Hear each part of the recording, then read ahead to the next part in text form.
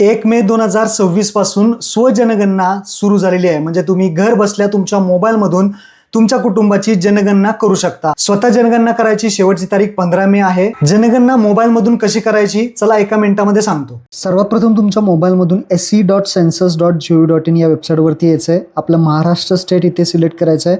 Captcha बॉक्समधला आहे तसं टाकून व्हेरीफाय करायचं आहे. पुढे आल्यानंतर तुमच्या कुटुंबातील जो काही कुटुंब प्रमुख आहे त्याचं पूर्ण नाव आणि त्याचा मोबाईल नंबर टाकायचा आहे आणि OTP घेऊन इथे मराठी लँग्वेज सिलेक्ट करायची आणि व्हेरीफाय करायचं आहे. त्यानंतर जिल्हा विचारला जाईल, तुम्ही ज्या जिल्ह्यामध्ये परमनंट राहता, जिथे घर आहे तो, आणि पिनकोड तुमचा तिथलाच टाकायचा आहे. गावाचं नाव, शहराचं नाव टाकायचं आहे आणि तुमचं जे काही घर जिथे आहे ते लोकेशन इथे टिक करायची आणि कन्फर्म करायचं आहे. लोकेशन व्यवस्थित ठेवून तुम्हाला हे होय करायचं आहे.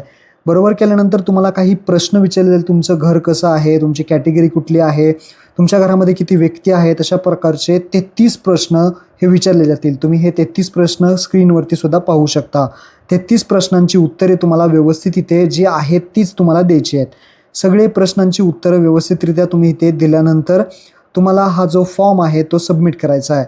इथे पाहू शकता. सबमिट केल्यानंतर तुम्हाला एक SC ID मिळालेला आहे. हा आलेला SC ID तुम्हाला जपून ठेवायचा आहे. थोड्या दिवसांनी तुमच्या घरी HLO येतील, त्यांना हा SC ID तुम्हाला द्यायचा आहे. तुमची माहिती सगळी चेक करून सबमिट केली जाईल. तर अशा पद्धतीने तुम्ही घर बसल्या जनगणना करू शकता. महत्त्वपूर्ण व्हिडिओ सर्वांना शेअर करा.